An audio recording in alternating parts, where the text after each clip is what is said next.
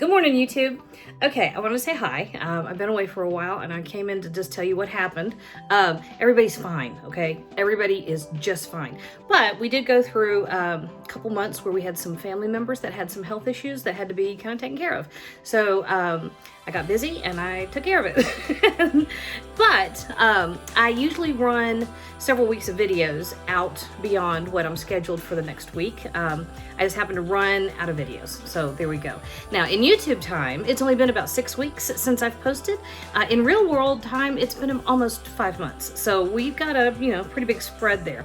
But I'm back and I have hit the kitchen and I've got a bunch of videos to post. Now, something else happened.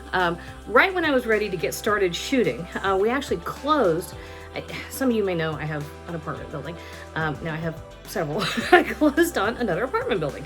And my plan was to get into that apartment building and get rid of some undesirable tenants right away and to do some major rehab and to get new tenants in, because I really take a lot of pride in clean and safe and affordable housing that's nice. I don't think enough people are doing that in my area.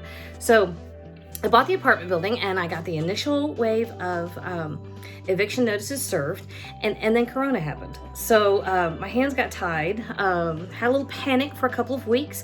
However, we have managed to kind of just encourage several of them to just go ahead and go. And yesterday, the last one went. So we don't have to actually go to court for that eviction.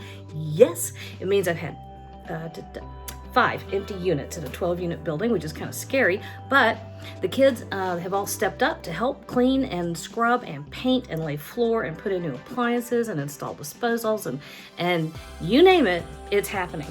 But we're having to do it a little catch as catch can because of social distancing. So the stuff that needs a contractor, we have to do it, when nobody's been around and everything gets deep cleaned and kind of in a mess. But I think we have crossed that problem. I think we have taken care of the worst of it. And from here on out, it's kind of going to be, uphill. All right, whatever. Now, here's what I think, we should do. Everybody is social distancing. We are staying in place. And at my house, we are in the mountains of East Tennessee, and the governor decided not to issue stay-in-place orders, or was it safer at home or shelter? Anyway, none of that happened until relatively recently. Now, I did it. The schools were out several weeks ago. I kept the kids home. I have very limited my own contact with the outside world. Pretty much been to phone-in orders at the major construction supply place. I phone it in, they bring it out, they load it in the back of the car.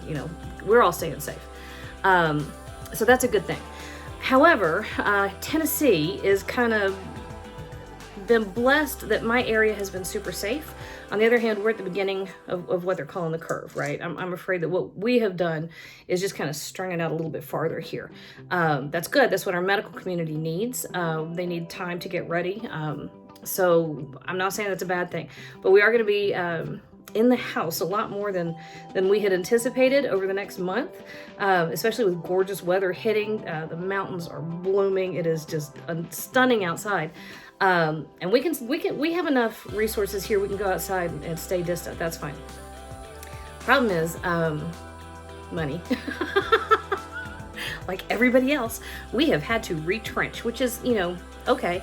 And grocery stores are very limited. There are very few supplies. Even ordering things, it takes a while to get stuff in. So I realized that, wait a minute, several of my kids that are sheltering in place at their own apartments.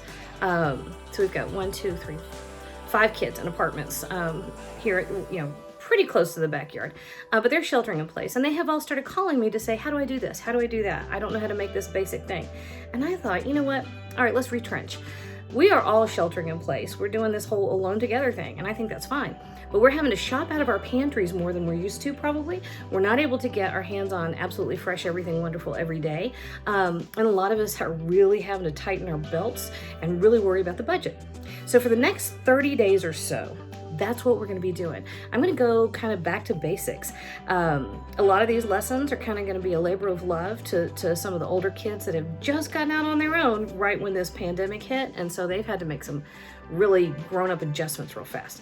So we're going to go talk about stuff that is going to benefit everybody.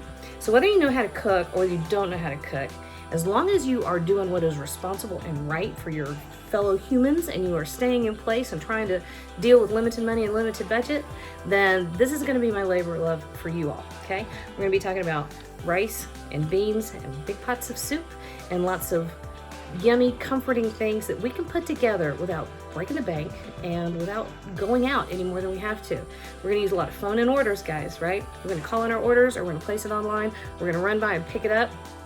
We're going to make do, because that's the way we have done things for years, right? The best part of it is it's still going to be fun, okay? So let's take care of each other, and let's take care of our families, and let's get in the kitchen, because we've got families to feed, right?